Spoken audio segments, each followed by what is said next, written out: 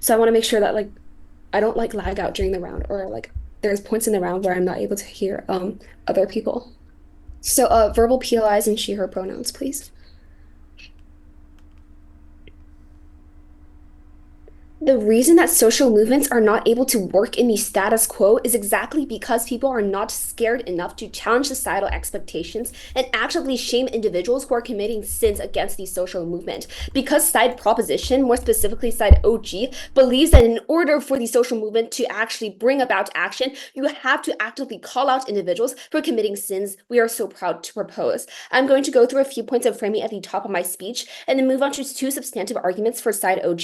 The first argument on garnering attention for the social movement, and the second on staying true to the social movement's core. But then, first, on a couple of points of framing. First of all, we are not going to randomly shame individuals for any random action because it's controlled. There's two key reasons for this. Because, first of all, we think that if we're randomly shaming any stranger for random actions that they were doing, it appears very irrational and it appears bad for the social movement. So we don't see an incentive for the social movement to do so. But secondly, if you just shame any random stranger who doesn't have any societal following, it is unlikely to bring about change in the first place. We are only going to shame them if their action is overall harmful to the public. This is the case because social movements are not mean. They're doing this as a means to garner attention and trigger social change escalated in emotion. So we don't see why they would actually shame people if like these people are too small enough to bring about social change. The figures that we are going to be shaming then are like powerful figures or figures with a lot of influence. This looks like the people who have a lot of following on social media. So social media influencers,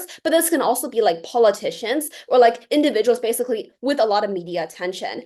But then two things. One, if individuals are riding private planes for no reason, just to seem fancy, then we're going to shame them and we're going to call them out on social media. But the second thing that is that, for instance, people are partying with a club of 100 people without like while knowing that they have COVID and actually spreading around the disease. Like as a like healthcare organization, we're also going to shame them as well. Then, what is this shaming actually going to look like? This shaming is going to look like things like utilizing social media, cancel culture, and destroying the reputation of these individuals.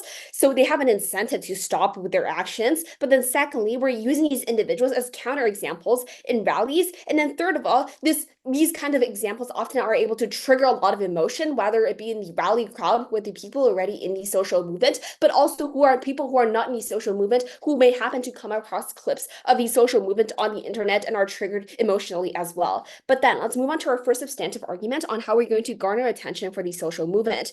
We think that the reason people don't have an incentive to care about social movements in the status quo is because they don't see a problem with it. For instance, for the Me Too movement and domestic abuse, a lot of people don't realize that domestic abuse or emotional abuse with women are happening in the status quo, which is why they are disincentivized to join the movement because they think that their like efforts are futile or like they're not going to make an impact because there isn't a problem in the first place. But then, why is framing figures and shaming them going to solve? There's two reasons. There's four reasons why this is going to solve. The first reason is that this shows that these problems are very common in society. So by picking out figures who are actively doing it, and oftentimes with these figures being very well known, it shows to the people that these problems are very prevalent within real life. But the second mechanism, I'm going to take a POI after this layer of analysis. The second mechanism is that oftentimes these problems, because of their quite hidden nature, by exposing them, we also show to people that these problems can be quite recognizable and it can be found out. And just because they're invisible or they're hard to discover, it should not be an excuse that we are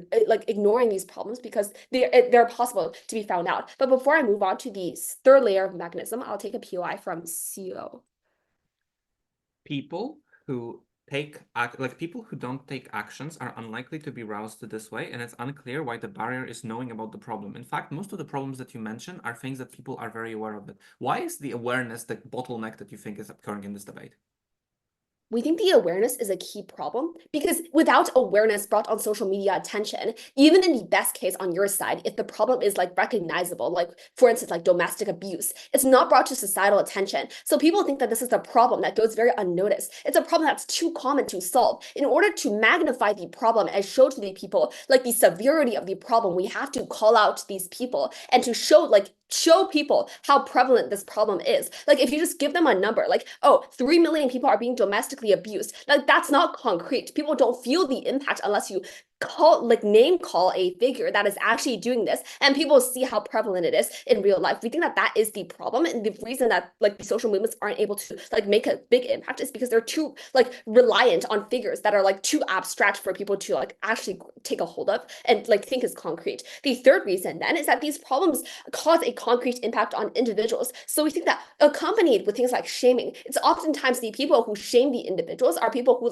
were directly victimized by them. So going back to things like the Me Too movement, the people who are oftentimes shaming their domestic abusers are the people who were abused themselves. So in this sense, in their for instance, if they're in a rally and they're trying to shame people, or in a social media post that they're trying to shame people, they have a lot of emotion and they're able to bring people and rouse people up to join their movement, because now people see their actual scars and people see how badly they've been hurt by these fellow people. But the fourth layer of reasoning is that the shaming process coming from a social movement is very uniquely powerful. It is different from any shaming process that anybody else can do, because oftentimes we characterize these social movements as social movements that are involved with a lot of young people in the status quo. So they're able to utilize things like social media or a lot of power to trigger angry and negative emotions from people. For instance, if you look at the Pride movement, there's a lot of with the violence against gay people, you have gay individuals rising up on the internet to tell people and shame the people that are committing violences against them. Or you see Fox News anchors, for instance, being shamed for calling out gay people. So we think that this shaming process is very unique because it is coming from a social movement, because it is able to trigger a lot of emotions, and there's a lot of people doing it, so it's more likely to take effect for the social movement. Then what's the two layers of impact? The first layer of impact is wider societal awareness. We think that, as we characterize at the top of this speech, we think that a reason people don't see the problem happening is because there's not enough societal awareness. So by triggering societal awareness, we believe that this is the first crucial step to change. And the second thing is that that people are more willing to call out other people in their life that are perhaps not as famous, but calling out these people will help them get relief of their burden and their stress. But then secondly, we think that it's the first step for them to change. But then the second major argument that we're going to start here is that it's staying true to the core of the social movement, because doing this shows people that taking action, and it motivates people that the social movement is actually doing work for the cause that they support, and it catalyzes other people to join, because we believed that side proposition is the only side that is able to bring about concrete change for the people, help the minorities, and vote for proposition. Thank you, Prime Minister. Let's call on Leader of Opposition. Thank you.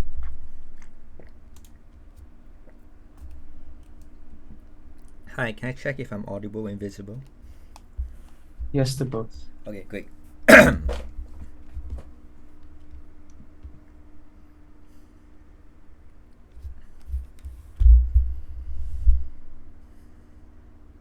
OG takes a weird position in this debate. At the start of this speech, I just want to be clear what the gov burden is and what the OO counterfactor is going to be. I guess this binds you as well. Government has to defend shaming on a public platform as the most effective way to catalyze change. It has to be large scale. This house supports motion. You do not have fiat to say who you will shame, who you will not shame. You have to defend it as it is happening in the status quo. It has to be vicious in order to garner an effective response, i.e. people can't just ignore it. Many people must also be shamed under the OG side. So let them paint this rosy picture of picking and choosing, people like Taylor Swift and Kendall Jenner to shame. I think they also need to stand for demonizing the average individual, the single mom working 2 jobs to support kids just because she used a plastic straw and doesn't use, takeaway food. Users take away food and not her own container, right? This is a significantly higher burden. I think DPM and CG, please step up to the plate. There are 2 counterfactors on OO we'd like to talk about. First, we'd much rather convince people by explaining the logic of things to them, right? Like maybe how vaccines work or how your action has an impact on the environment. These things are quantifiable. People have a carbon footprint. By the way, PRS in the chat. You should explain that Shine probably has harmful products and is harmful for humanity, child labor, lots of pollution, fast fashion, blah blah blah. Instead of naming and shaming them for wearing these clothes, we think that's likely to trigger a personal and visceral response. Secondly, we think we'd much rather shift the blame away from individuals because corporations and larger systemic forces are to blame here. Think of environmental movements. I don't think me using a straw or the impact of me installing a catalytic converter adds up as much as Coca-Cola dumping shit in the ocean or the BP Pre-ABP oil spill, which to this day is still being discussed what the impact on the environment is. We think much rather shift the accountability to corporations. We much rather people band together and hold these institutions responsible. If you think about things like police brutality, we are very, comparatively of course, we are against the shaming of individual police officers like Derek Chauvin. Instead, we are for the shaming of the entire police force. We think that crowds out the discussion of the big issue at play when you focus in on single individuals. We think we can do much better than that. I just want to respond to one thing on the OG case before interweaving the rest. The first thing they say is awareness is the problem. As CEO quite correctly points out, awareness is not the problem, guys. I think the correct problem is apathy on the gov. At least that's what I'll run. Like, I have two responses to this. One, look at the info slide. Literally, people know about lockdown policies. It's a law, it's enforced in your country. People know about their impacts on the environment. I think it's pretty well known the ice caps are melting. Like, we literally feel the earth getting warmer, right? Like, I don't think awareness is the problem is apathy. Secondly, what can one person do, right? They give examples of domestic abuse. Guys, we are also for shaming like people who do domestic abuse, who do SAs. What you guys need to defend are all sorts of social movements, things like things like the environment, things which are less harmful objectively. You also need to defend shaming people for these things. So again, not the debate, but what can one person do against domestic abuse? Like, don't domestically abuse people. What can I do, right? What can shaming me bring? 3. Okay, let's bite the bullet and cross the flow. Maybe you gain awareness, but the awareness that you gain is likely to be negative. When you attack them and try to gain their attention, you spend less time actually rationalizing the logic of what you're doing to them, right? And this is empirically true. Like, if you think about the Facebook comments or a tweet or engaging people, there is a character limit. Like, this is the simplest explanation I can give you as to why when you spend more time attacking someone's personal traits, you don't get to convince them. 2 arguments from O. 1, why shaming is likely to trigger a negative response. Secondly, why it often can be counterproductive. First argument, why is shaming likely to trigger a negative response? The first thing we'll say is this debate must be about the vast majority of centrist individuals. That is to say, for the vast majority of people, maybe they don't have an opinion on this, maybe they don't have a strong opinion. Do we think debate lies here? Our larger goal is not to change their mindsets, but rather is an analysis motion, right? On which side are we more likely to garner change? For the vast majority of individuals, we tell you, they don't appreciate being personally attacked. And here's where I really knock OG off debate.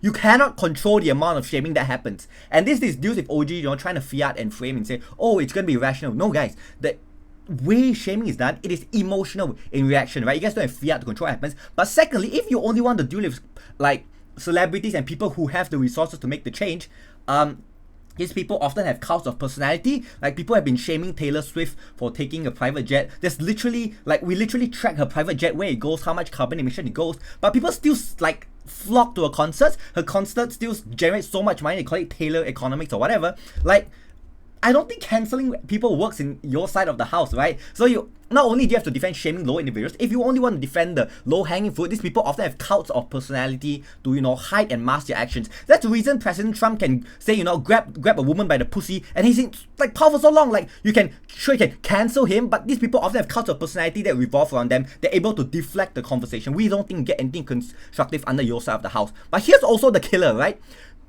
I think they're right by pointing out this happens on social media. On social media, they agree this leads to a culture of more call-outs, and it tends to spiral out of control. Comments tend to spiral out of control. If you have ever been on a hate post and hate comments, people tend to add to the comments, right? Because it's cool to hate on someone. They tend to shift the discussion. Maybe you attack the person instead of the subject matter. That's where you come into things like attacking the person's personal traits, right? Like fat shaming, like shaming him for being skinny or being ugly, like demographic shaming, like, oh, of course the Chinese person would say this, oh, what do you know, well, stuff like that. This allows the person to access the victim card, and psychologically this activates their self-defense instinct. They are less likely to listen to you at that side of the house. There are 2 more nuances to this, but before that I'll take a PI from CG.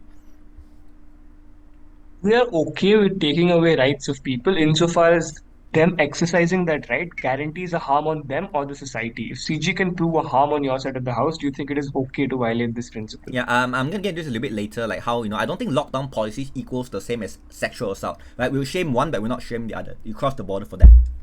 2 additional reasons why OG mechanism fails. 1, online also often leads to anonymity, so you don't even know who is attacking you. Maybe there's a profile, there's a username, or there might even be the name, but you don't know who the heck that person is. Number 2, the number of attackers and commenters, by nature of the status going viral, are vastly more. They don't even have to be part of a movement, by the way. They can just be someone who leaves a mean comment and talk shit about this person, and this person is likely to feel hardened. This person is likely to feel angry. Why is our comparative better? We think explaining to them on a friend-to-friend basis is much better because you get to exercise the personal side of that person, the person is more likely to listen to you. On their side, you reduce people to just a social stance and social justice warriors. Why must we protect them? And it's due to the POI. Most of the time, these people, have reasons for not liking vaccines. Maybe it's ingrained within their religion. Maybe they've had traumatic experiences like being laid out from work. Maybe they just can't afford to be environmentally conscious. They are still human beings, right? And this is where we draw the line. We shame murderers, but where people break lockdown policies, they might have legitimate reasons for doing so. They might be feeling feelings of isolation. Maybe they're trying to meet their family. Maybe they have a kid they need to provide for. Maybe they have mental health issues. Shaming them does not uncover or deal with the reason. Empathy is the only way to access them on OO. Very proud to oppose.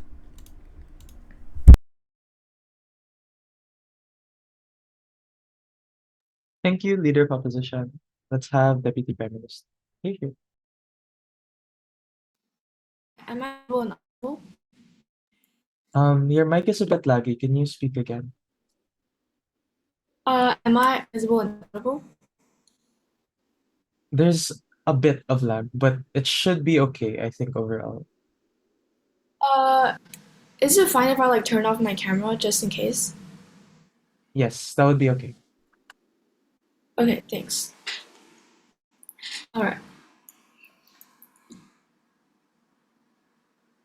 At the very start, I want to point out that our opening opposition's main case is very, very negative. I'm unclear as to why the comparative that they talk about, how we're going to explain to people one-to-one and friend-on-friend basis, is actually exclusive to their side. We don't see why that opening government cannot do it on our side as well. I would argue that on our side of the house, we both have shaming these public figures and we also have friend-to-friend basis communication. I'm unsure as to why their alternative is so important and so unique to their side of the house. Why that? I want to talk about a few things in my speech. I want to first talk about basically what our case actually looks like, and then I'm going to move on to refutation to what they said. Then the main clash on why we think that shaming these people are going to overall have a positive response, and why we think that their case overall is really is going to fall under our premise. With that being said, then I want to first start with what they talk about, how public shaming on public platforms probably means going to probably are going to be violent, and we're probably not only just going to be shaming public figures but also private figures. I argue that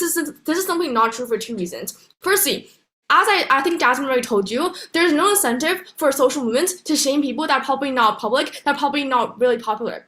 Why is this the case? Firstly, because it appears random, it appears irrational, and it is a very bad image for the social movement to just simply take someone out of the internet and then suddenly start shaming them when they don't have any background at all. And that this is probably not in the interest and in the best interest of the social movement in the first place. But secondly, we told you how it's unlikely to bring change because people do not know about these people at all. Why do you think that public figures are so important in terms of shaming? Because they are public figures who people look up to, who people actually want to regard, and people who actually want to talk about. And there's a lot of discussion about them. This is why we want to shame them, because this is how people can know the urgency of the problem, not just that this problem exists in society. But secondly, we're not saying that we have the fiat. We're saying that it is likely that this is likely what the social movement is going to do, because on their side of the house, we talk about how we're going to take a random person off the internet and then start shaming them. It's probably really unlikely, but it's probably not what social movements actually want to do in the best interest of them.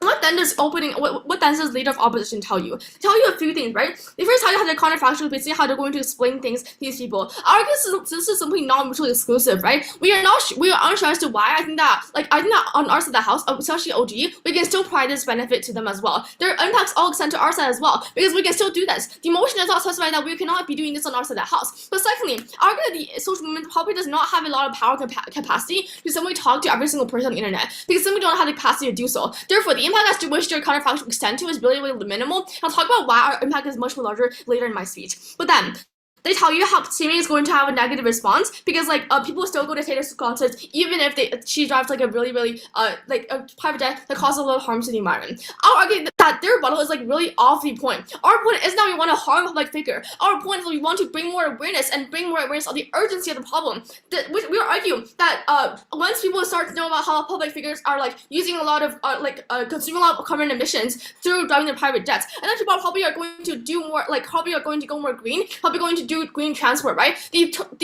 impact of our argument isn't to harm public figure and bring harm to them. The impact of our argument is to actually tell the public that this is a problem and this is a very urgent problem. This is a problem that probably everyone has. You have to solve the problem right now, and this is very urgent. This is the message we want to bring to people, not the fact that the public figure is really bad and we want to harm them in the future. This is not our impact of this, and this is not our main goal. And then secondly, I'm unclear as to why they can solve the problem, because even if social movements are going to contact every single person on the internet, which I think is already really unlikely. I'm not sure as to why people actually want to change their views. That's because a person on the internet, like random person on the internet who you don't know, talk to them about this problem. I think that probably public figures are going to bring much more benefit in terms of bringing more awareness, because people actually look up to these public figures. They want to know more about them and they want to discuss about them. They're in the public light. Therefore, they're more likely to probably their actions and their things that are probably they harm the environment, harm people, are probably going to be exaggerated more, and probably people are going to recognize it more and know more about it in the near future. And also the house, we're the ones who actually probably will solvency the problem that opening opposition tells you, but they don't tell you why they can solve the problem at all. And then talk about a very minor point about how there's going to be more anonymity on online. I think this is simply not true, because social movements probably have a lot of followers, probably have a lot of attention. For example, Me Too, for example, Black Lives Matter. And don't think that there's just going to be really a lot of anonymity on the internet, especially since you're like targeting public figures and figures who probably have a lot of attention around on the internet, right? But then I want to talk about why we think that also that house we're going to have a lot more awareness being raised. But before that, I'll take a POI from preferably closing if there's any. It is probable that those movements are going to tailor the shaming effectively, but question, what happens when a vicious shaming-focused movement actually succeeds in sparking social change? Then it's a good thing, right? If they start social change, for example, like what Me Too happened when for example, they put forward what Harvey Weinstein did to girls overall and did to girls in the acting sector. You see how people are being more awareness to the problem of sexual abuse happening around on the internet. I think that's actually a good thing, right? I don't see as to why this is a harmful thing that's going to happen.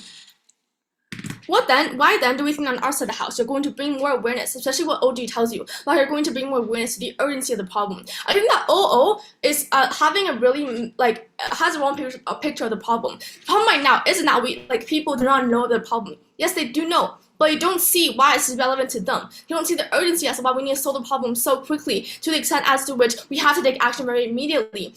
Because all these things that social movements are doing right now is to post a lot of stories about how, this is very harmful. For example, littering is very harmful to the environment. However, they are unsure as to why this is a problem that's related to them individually, because there's no examples. I think by calling out figures probably are very important to them, who they probably look up to, who has a very wide influence in the younger generation. The people who are actually probably before you probably know what problem, they're probably after you shaming public figures, you're probably going to see more of these people actually knowing that this is a problem that we have to solve. That's a problem that people, not just us, have. Now it's very urgent to do so. On the other side of the house, even if there's a lot of social movements are probably wanting to spread awareness of the problem without shaming a lot of people, without giving real life examples, there's no way that people actually know that this is a problem that actually is important to us, and this is a problem that's very urgent, and this is a problem that has a wide influence. Only when people know that there are people who are doing this and people who are actively harming the environment, I know this problem is actually a real problem, and that's not a passive problem, that the problem can be solved by them and by them individually. Only when given examples about how people are doing harm to the environment can they know that they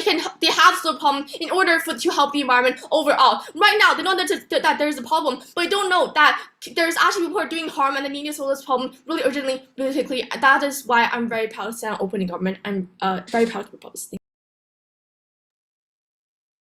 Thank you, Deputy Prime Minister. Let's call on Deputy Leader of Opposition.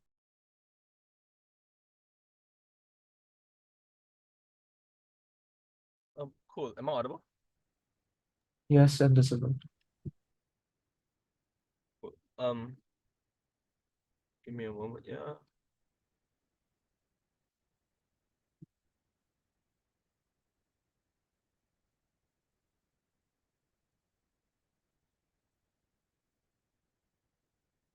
Okay. I'll be starting my speech in 3, 2, 1. We gave very good reasons as to why this is likely going to lead to very negative publicity and attention that is likely going to be counterproductive for social movements for a few reasons.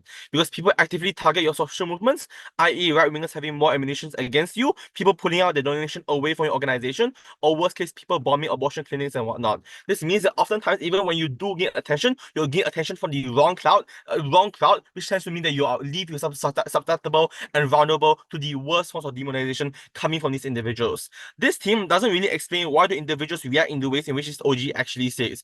If these are powerful individuals with a lot of wealth and influence, then it's relatively unclear why they're particularly receptive to shaming in the first place. I'll flip this as worse under Gulf, because if it's true that powerful individuals do see social movements as being a threat because of this tactic, then the likely reaction wasn't kowtowing to social movements and heeding their demands, but rather using their leverage against social movements to demonize them. Donating more to right-wing charities, for example, donating more to the Koch brothers, for example, are the likely reaction in which they're going to do it, which harms and is counterproductive to the aims of the social movement. Because you make it harder for people, it makes it harder for social movements to reach out to other individuals. But secondly, this team doesn't really explain why public figures are receptive to the shaming in the first place. They just say that you gain awareness about this issue, but they don't prove that this is an exclusive benefit. Oftentimes, you can still gain awareness without having to resort to shaming. I'll explain as to the various other alternatives they can resort to on the outside of the house. Lastly, the end outcome of the OG is very insignificant, because sure, maybe a few individuals change, but these issues tend to be larger systemic issues that you simply cannot change, which means that even if a few public figures suddenly change for the better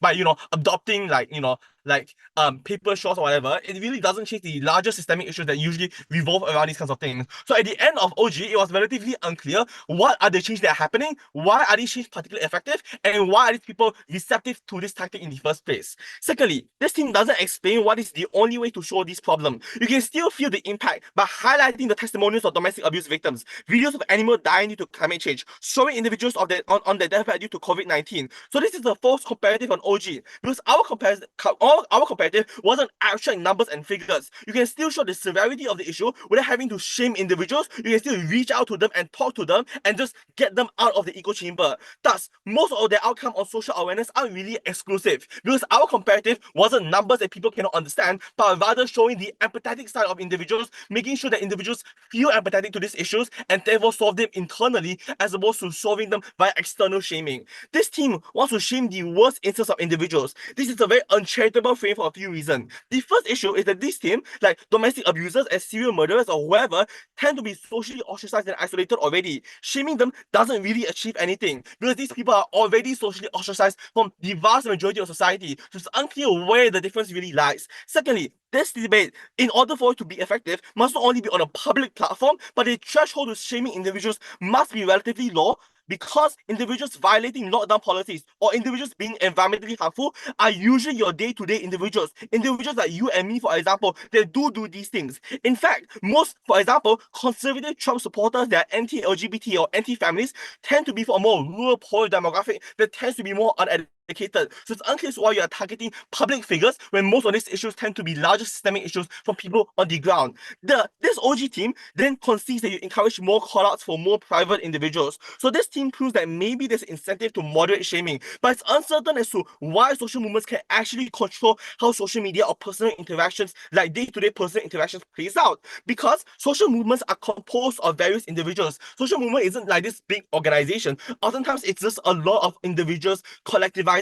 So it's unclear why you can control individuals to moderate shaming, especially when most of these are done anonymously or done in a relatively decentralized platform. This is harmful because it normalizes a culture of shaming as being successful. But I'll take OG at their best. So even if this is true, this is harmful because it normalizes a culture of shaming as being successful, which means that even maybe it's true that social movements can shame successfully, but this tactic is now normalized for bad and malicious actors as well. So actors like conservative right-wingers shaming gay individuals for being gay, Korean men, for example, shaming feminists for talking about feminist issues. This means that you harm the nature of social discourse and personal relationship, because the first thing that people do now are default to shaming as the means of catalyzing change and to convincing people. This means that maybe this is the tactic that is adopted by social movements right now, but they're likely going to also be adopted by other bad actors insofar as it's an effective method of them to garner attention. So a lot of your arguments about garnering attention or whatever also apply symmetrically on your side of the house to bad and pernicious actors as well. So why does a comparative work?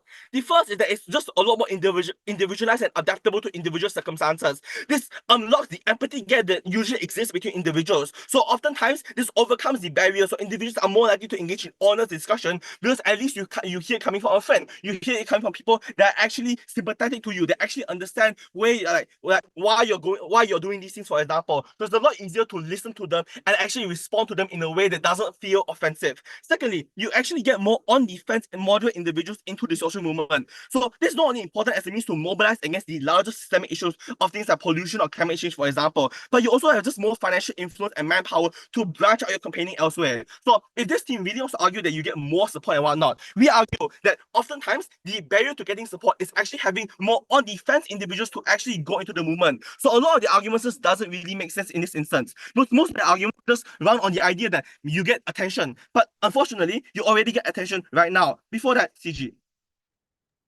Talk about shaming on a public platform and you talk about shaming of every single person. What incentive do houses have to shame people who they don't even know?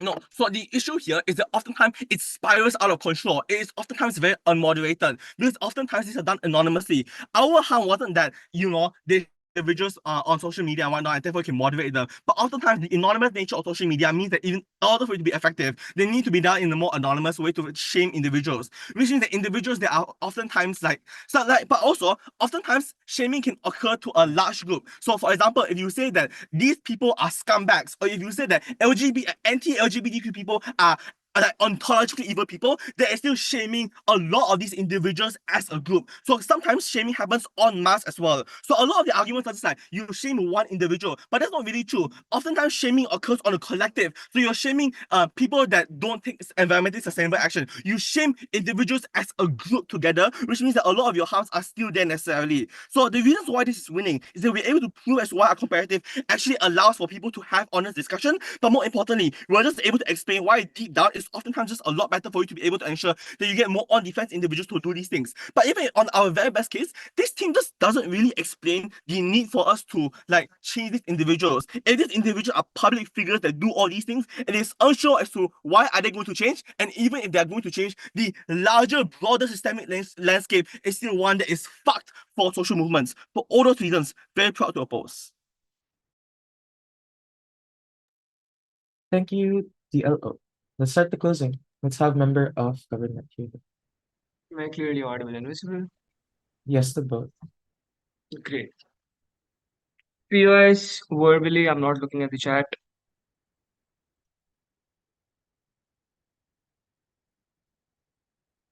On OG, the problem is that they identify the barrier to change as awareness, whereas the actual barrier to change is you thinking that me doing something is not going to have an impact on the society. More on that later. The problem on OO is that they run on a frame which is which tries to have everything incorporated in it, right? The point at which you say that all shaming is going to happen publicly, and you also say that we're going to shame a single mother who's working 2 jobs and using a straw. I don't think these two can happen simultaneously. To the point at which the media houses or corporations or whatever platform is actually doing and advocating for this shaming does not know the people on a personal level. The point at which the only katha, or to the point at which the only traction which they can gain by actually talking about is probably the celebrities, which is what OG talks to you about, right? This is the frame which OG tries to run. The winning push from CG then is very, very simple. We're going to buy into the frame of opening up. That is to say, we will concede to the fact that we're going to be shaming everyone publicly. We're going to defend the principle of dignity, which is standing on O, and tell you why we are okay with having that principle violated. And lastly, we're going to prove to you what the barrier for change actually is, which CEO correctly points out in their PY, and tell you how we're going to get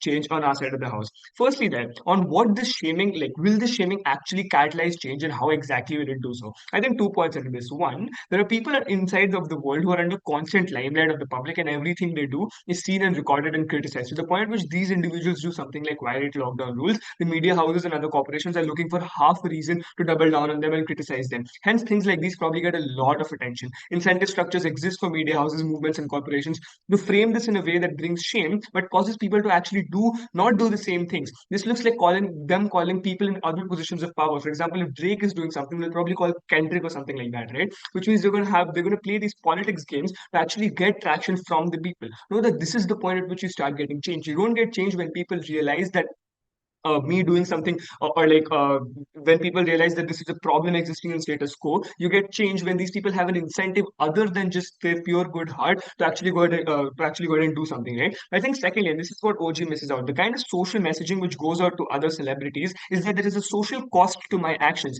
and hence they have an incentive not to do anything of the same sort, but in fact do the exact opposite and try to do other things which are good for the environment because they think that this paints them in a positive light. This is important. These people are popular and probably probably have people looking up to them. The point at which their actions don't cause a collateral ripple and other people criticizing them, it is very likely that these people buy into the kind of things this person is doing. The impact of this is simple, right? You're probably getting a significant change within the celebrity community. The point at which you call out one celebrity for doing something extremely bad to the environment and shame them on, say, the like social media, or shame them on any big platform, the likelihood of other celebrities opting into the things of same sort are very, very low, because these celebrities probably care about their reputation to the greatest degree, right? Which is why this causes a deterring agent to other celebrities within the community to not go ahead and do something bad. But don't these celebrities act as like limelights for people to look at? These, they are literally idols which people look at and want to follow everything which they're doing. The point which it doesn't cause any collateral, like I talked about in my earlier point, I think that like the people are generally more likely to buy into what the celebrities are doing, and you're likely to get social change.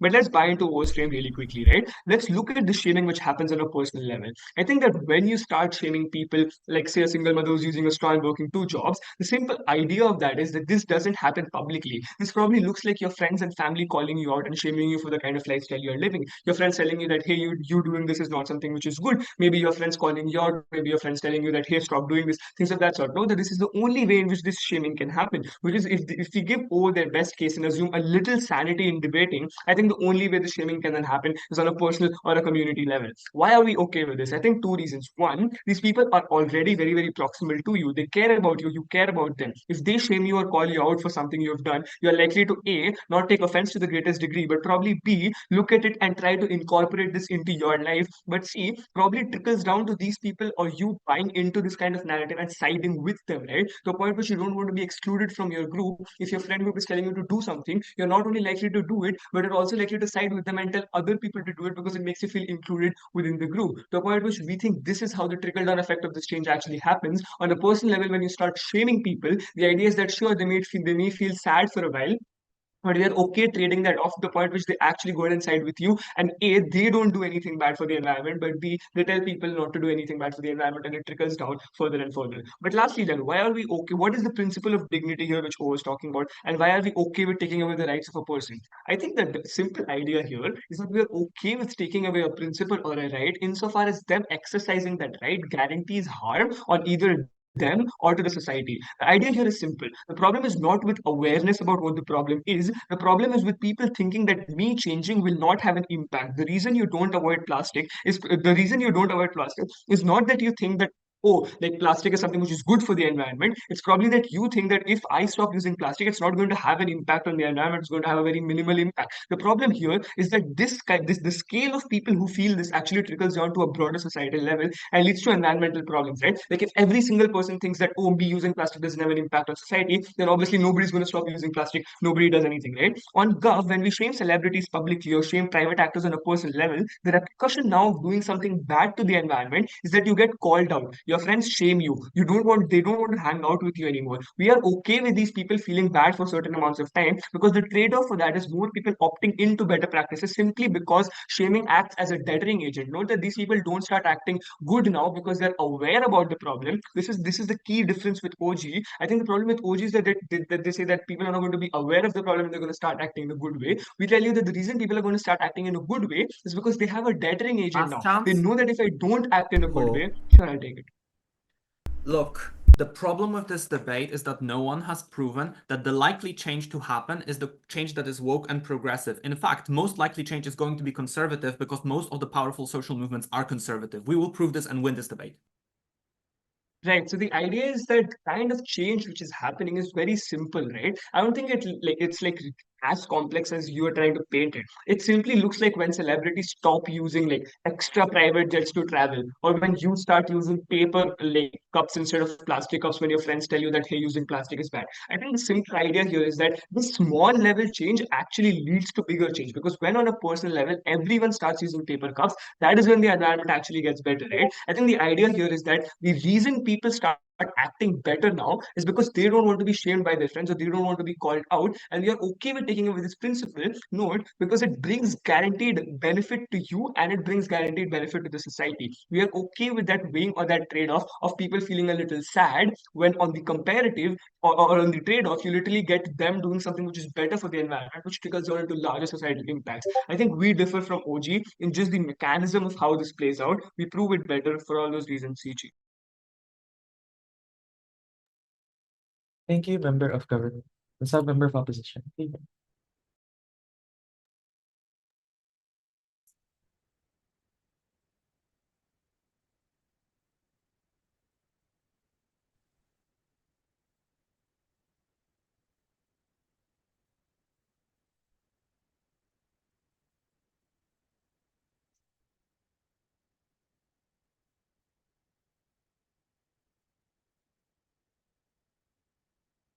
To date, one of the most successful shaming campaigns that happened was the Polish Ordo Juris think tank, which have organized a truck going around Poland with an image of a slaughtered fetus saying, "You did this, it is your fault." This was addressed both at people who were abortionists, doctors and people who have actually gone through abortion, as well as the politicians who have still not outlawed abortion. Consequently, abortion was outlawed in Poland, leading to the deaths of many people who have not been able to terminate pregnancies that were fatal to them, as well as fatal to the pregnancy itself, leading to a lot of negative change because the policy that was implemented was ill-considered because of the fact that the politicians were worried about their base being ashamed of them and themselves being shamed by powerful actors within their movement. We will prove three things in this extension. Number one, that social movements lose their welcoming aspect, as well as trade-off in terms of the fact that they aren't able to drive as much on-the-ground change, which is actually quite significant and the actual good thing that the social movement can do. Two, that the policies are going to be ill-considered and that the politicians implementing them are not going to be doing them in the best possible way, leading to many negative changes. And three, that the most likely change is going to be conservative. This is going to be the bulk of the extension.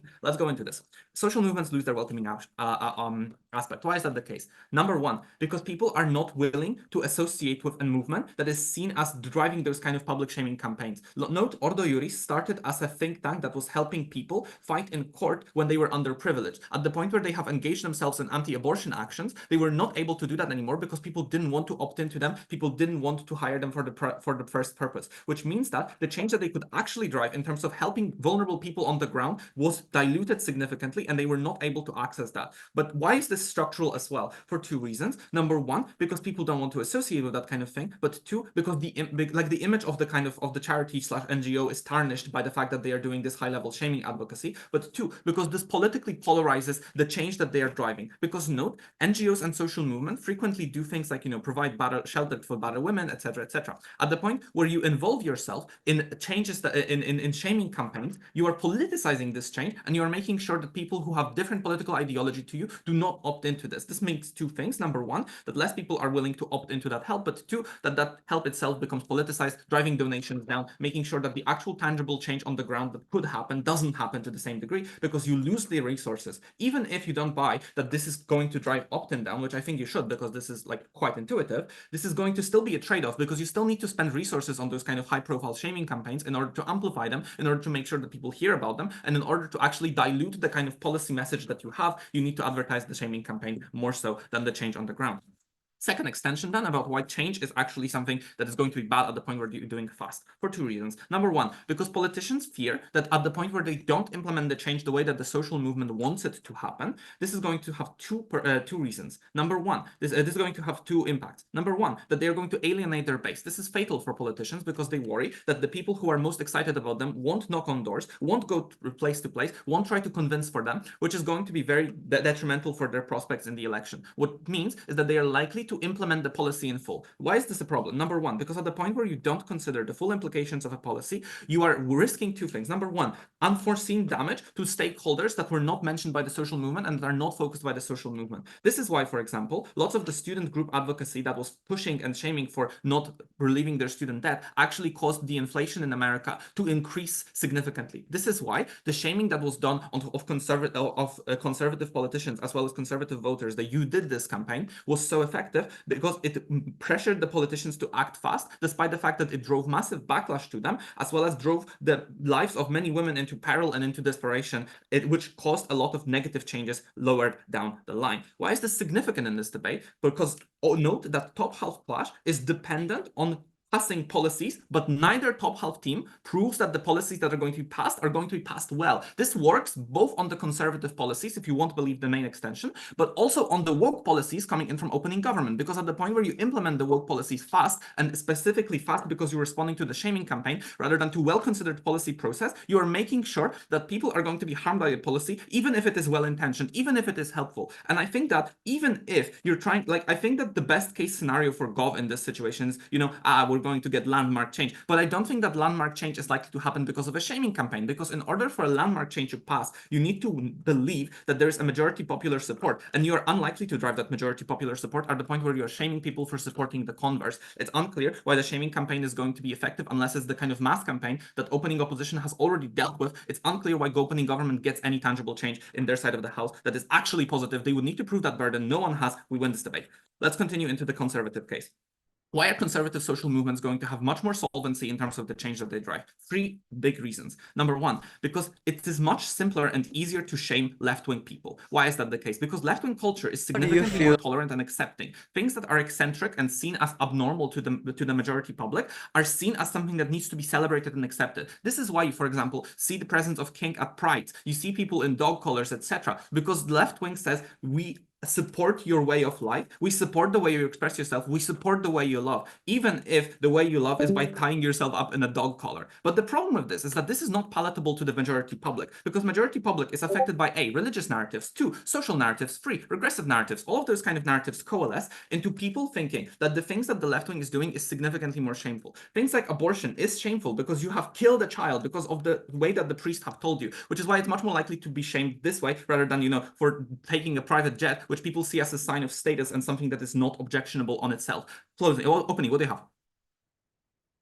You can't just take an example of Poland think tank and generalize it to all the social movement changes that were going to happen. We tell you that the Pride movement has the Me Too movement has achieved previous change just because they chose to actively shame individuals. Yeah, sure, but that's why I'm proving it structurally. Let's go into the second reason. Why is that going to be the case? Conservative people are going to be more wealthy for 2 reasons. Number one, because vast majority of people who hold generational wealth are going to be older. Why? Because they had time to invest, they had time to accumulate that wealth, which is why they are likely to be more regressive. Why is that the case? Because age correlates with conservatism. This is empirically true, but if you don't believe that, because debating apparently hates facts, let's talk about why. Because they lived in different times, in times where things such as gay marriage, such as abortion were unacceptable and seen as shameful, which is why they are likely to hold to those beliefs, because people are unlikely to change beliefs that are deeply held to them. They have more money and they have more power to affect social change. They have more power to drive media campaign. This is why, for example, the Sun is conservative, and the Fox as well. Lastly, because people in conservative circles are more receptive to shaming. Why? Because conservatism is a purity ideology. You are much more likely to be shamed at the point where you believe that something you did is sinful. This is why the opening government framing is so fatal to them, because yes, sinning is bad, but only if you don't believe that what you're doing is right on itself, because you do it because you choose to exercise your agency. Left wing is laissez-faire, but conservatism isn't. This is why we win this debate, because we prove that this is going to be much more effective on conservatives than not, and conservatives hold a majority of, a lot of the population. They're going to drive the change. We win this debate. Thank you, Member Pop. Let's have government whip. Well, once again, can you hear me? Yes. POS verbally, I'm not looking at chat.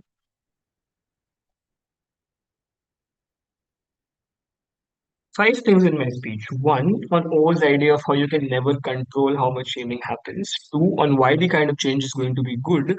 3, on CO's idea of how why opt into social movements is going to change because people don't want to identify with this shaming.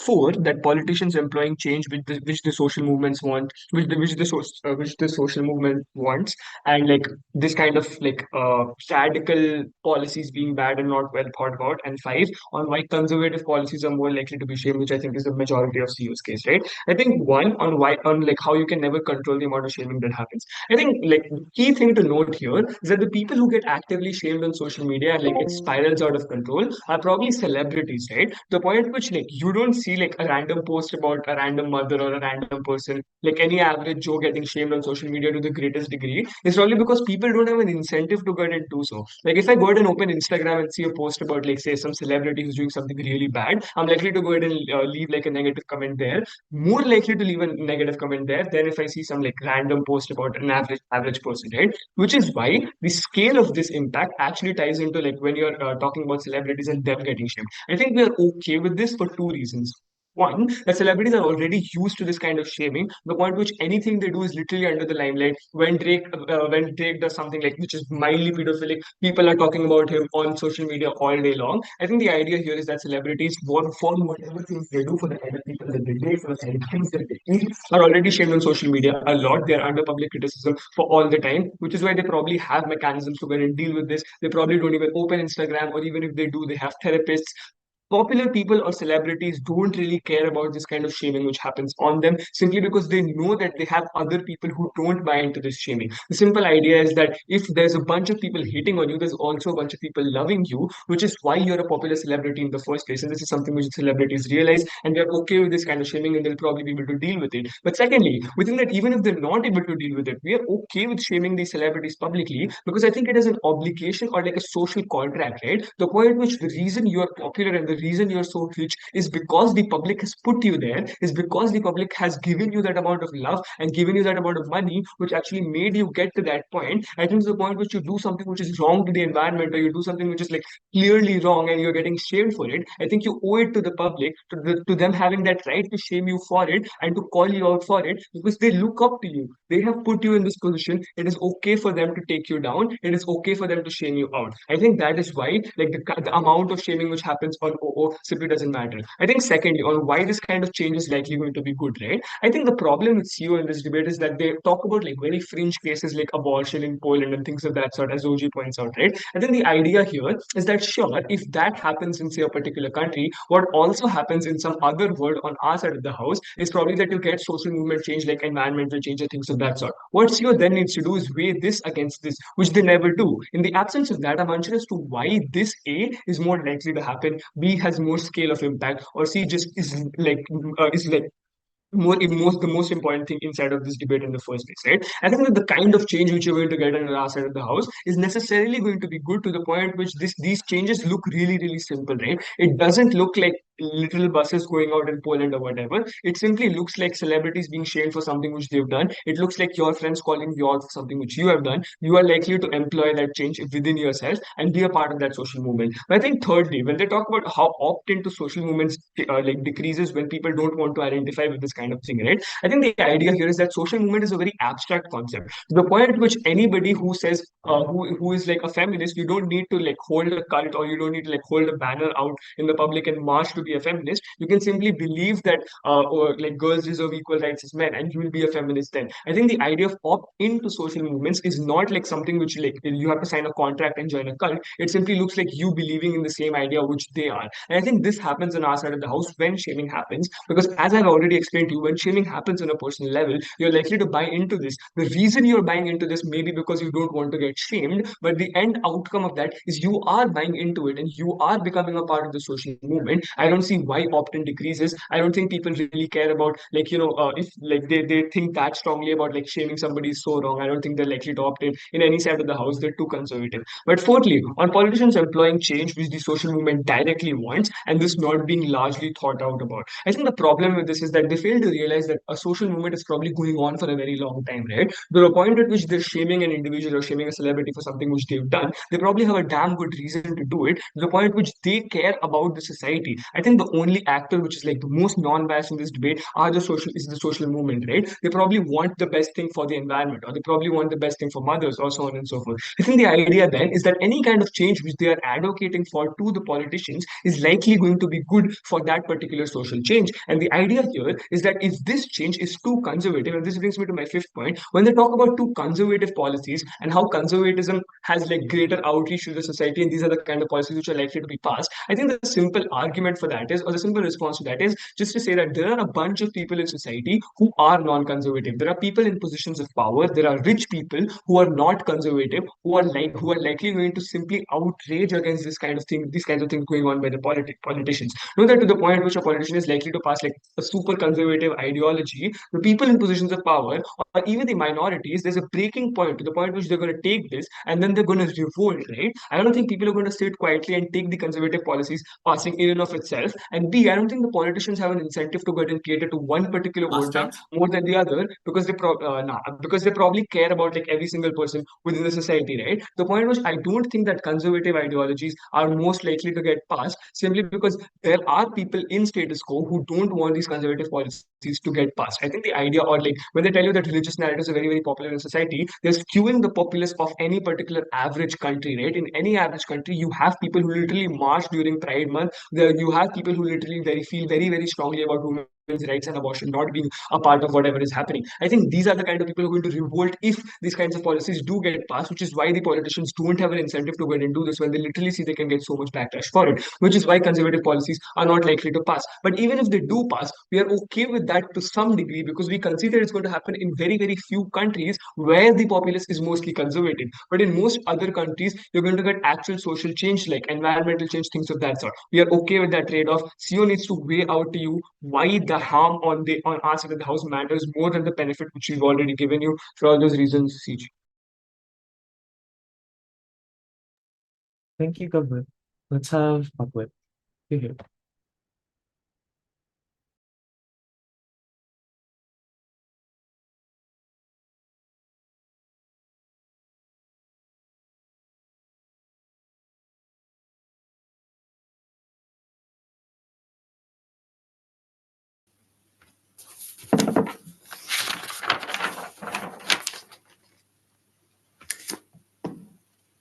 Community three things in this speech. Firstly, explain our two extensions and why they win the debate. Secondly, take out closing. And lastly, take out opening government. Firstly, on our extensions, the first thing we tell you is that social movements are likely to lose their welcoming aspect. And this goes unresponded to, but it's crucial because people don't want to associate with the movement that is seen to shame people because the active demonization of social movement creates politicization. For example, the right can claim that the left is hypocritical, that the left is being privileged by shaming people who are doing actions that are often outside of their control, and they can use this to ward off progressive changes, the progressive changes that they, as for example, a right-wing government, don't want to make in the first place, and in doing so, alienating huge amounts of right-wing people from ever joining this progressive leftist movement because you've politicized the movement.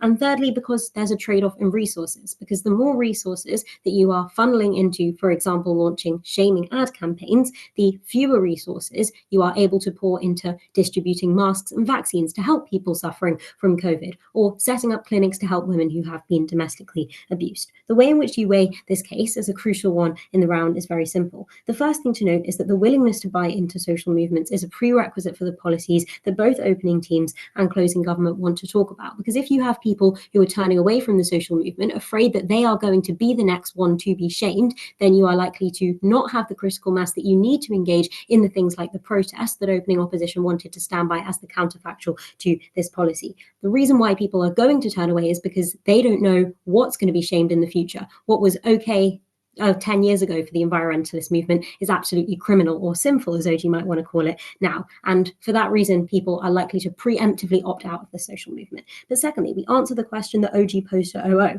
Why is there a trade-off between doing things like engaging in campaigns and engaging in shaming? We explain to you the material trade-off that occurs and explain to you why the on-the-ground change is the most important thing, because ultimately passing legislation might be something that is kind of difficult on either side insofar as you have to often get through both houses of parliament. But if we are able to, for example, get vaccines to people, that is something that social movements are able to do. And thirdly, small-scale action, for example, distributing masks and vaccines, is far better than getting celebrities to make some sort of change. The reason for this is because if you are a celebrity responding directly to shame on the part of a social movement, you're likely to try and just greenwash your image to the greatest extent that you can. Shaming prompts actions that are out of the control of the social movement. It's now dependent on Taylor Swift to change her practices, and we don't really ever know if she has or whether she's just not used that private jet once. But we have social movements doing actions that are within their control and are actually going to help people, and that was the best avenue to change that we could get. But secondly, let's talk about why policies are more likely to be passed on. The more pernicious policies are likely to be passed when shaming becomes the norm. So we get three challenges to this from closing opposition. They firstly say we don't explain where it's likely to happen. Secondly, we don't explain the scale of the impact. And thirdly, why this is the most important thing in the debate. Let's fill all those burdens. Firstly, why is this likely to happen? Notably, why is right-wing change more likely than left-wing change? Number of reasons. Firstly, the left is far easier to shame. Secondly, politicians have a conservative inclination insofar as they tend to be among the more privileged elite in society. Thirdly, there tends to be more shaming that goes on because left-wing people are worried about accusations of hypocrisy. They're worried about shaming the poor single mother with the plastic straw, for example. And thirdly, it's just far easier to get these policies passed because we are often talking about an abortion ban or a ban on gay marriage rather than a comprehensive net zero plan that requires a lot of intricate policies that you just haven't got because the way in which social movements have tried to push this policy through isn't through engaging in a comprehensive discussion of what the problem is, but rather just through pointing their fingers at the people in charge. But secondly, what is the scale of the impact? And here we're going to explain why even if both progressive policies and these pernicious policies get passed, that is actively bad. There's a couple of reasons for this.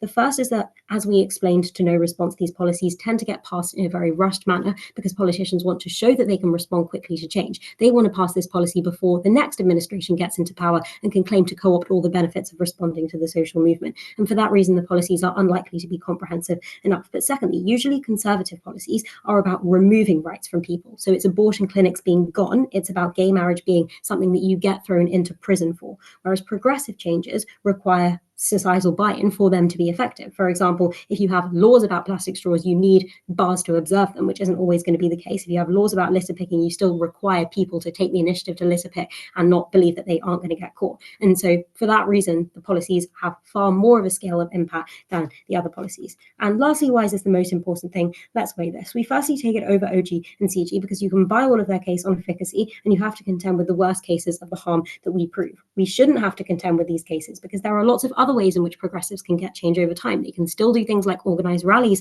on our side. They can still convene mass protests. And note that this also responds to the OG push on how this is staying true to social movements' core by showing that they are able to take action. But it's shame uniquely that emboldens and facilitates right-wing social movements because right-wing social movements can attack the left for not being pure enough, which is incredibly harmful because the left try to always have the moral high ground. And also, this might even change the composition of leftist social movements, which is another harm that they need to contend with. And that's because it tends to be the more privileged individuals who will rise to the top of leftist social movements because they are the ones who are able to shame the single mother with the straw, for example, because they are the ones who are able to, for example, live this very environmentally pure life. And for that reason, you are likely to also, this is an independent mechanism for opt-out of social movements insofar as these leftist movements are more likely to be criticized as catering solely towards the elite. Before I move on, opening.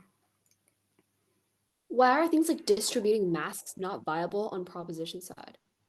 Because of the fact that there is a trade-off in resources. Secondly, let's go on to talk to taking out closing. So they say that they defend the principle, they defend taking people's dignity away, might be principally okay, but they don't prove why it's principally required. We prove a practical harm. They secondly say that you can get change, you can call out one celebrity, other celebrities change. Two responses. Firstly, there are so many other ways you can get celebrities on side. Celebrities often want to patch up their image after a scandal. See Love Island's Brett Stanaland, for example, becoming an animal rights advocate. But secondly, they just undercut themselves in wit by saying that celebrities are quite used to shaming anyway, so they're unlikely to stop using their private jets. They'll shut away this shaming.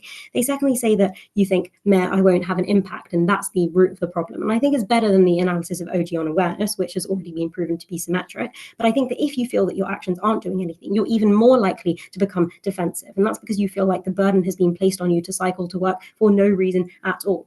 And let's take out then finally what's remaining of opening, because they claim that you are able to, I think their strongest case is on, for example, Me Too movements. But I think getting involved in things like domestic abuses proceedings as a social movement is absolutely awful because you just bias a jury and prevent the trial from going on in the first place. Unlike OO, we take them on their strongest grounds. But secondly, we also dispute the premise that victims necessarily want shaming because of the fact if you are a victim, for example, of domestic abuse, you don't always want your experience platform on social media. It's only on our side that we have organic change to helping the most vulnerable people, and we also militate against the worst harms of the policies that might be passed on theirs. Very proud to win from CO.